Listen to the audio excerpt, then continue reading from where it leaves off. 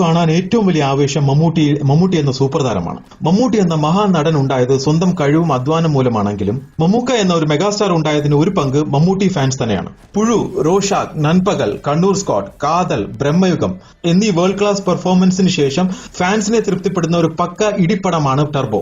അതും ഭീഷ്മപർവത്തിന് ശേഷം. തമിഴ്, തെലുങ്ക് മസാല പടം ചെയ്യാൻ മലയാളത്തിൽ രണ്ടുപേരുള്ളൂ. അതുകൊണ്ട് തന്നെയാണ് അവർ ഇന്നും സൂപ്പർ താരങ്ങളായി അറിയുന്നത്. തിയേറ്ററിന് തീ കൊളുത്താൻ പോകുന്നത് മമ്മൂട്ടിയുടെ അടി, ഇടി, വെടി, പുക, പൊളിയായിരിക്കും മമ്മൂട്ടിയുടെ ടർബോ. ഈ 73-ാം വയസ്സിലും ഇങ്ങനെയൊക്കെ അഭിനയിക്കണമെങ്കിൽ അതിന് ഒറ്റ പേരേ ഉള്ളൂ, മെഗാസ്റ്റാർ മമ്മൂട്ടി. പിന്നില്ലെങ്കിൽ ഒരൊറ്റയാളും ജീവനോടെ ബാക്കി കാണും.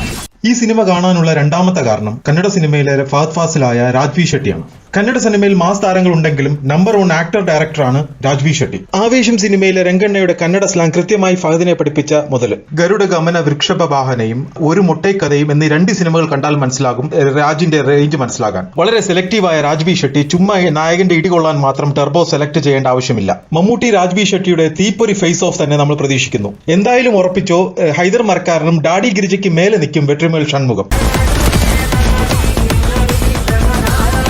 എല്ലാവരും സുഷീൻ ശ്യാമിനെയാണ് പ്രതീക്ഷിക്കുന്നതെങ്കിലും മലയാള സിനിമയിൽ ടാലന്റ്സിന് കുറവൊന്നുമില്ലല്ലോ. ക്രിസ്റ്റോ സേവ്യറുടെ റേഞ്ച് മനസ്സിലാക്കണമെങ്കിൽ ബ്രഹ്മയുഗം കണ്ടാൽ മതി. ഓരോ ജോണർ അനുസരിച്ച് BGM ചെയ്യാൻ ക്രിസ്റ്റോ സേവ്യർക്ക് കഴിയും. ട്രെയിലറിലെ ഈ പാർട്ട് നോക്കും.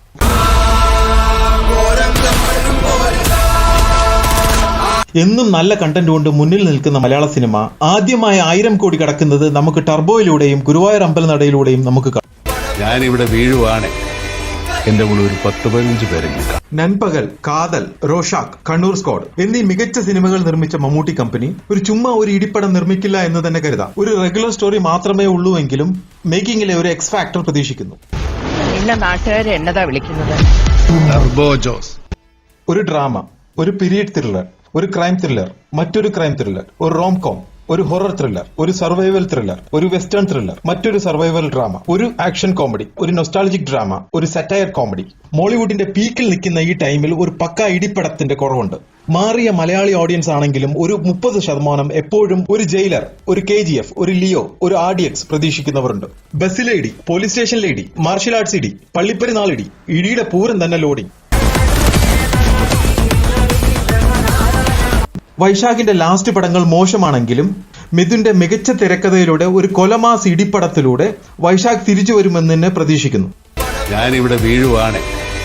എന്റെ കൂടെ ഒരു 10-15 പേരെങ്കിലും.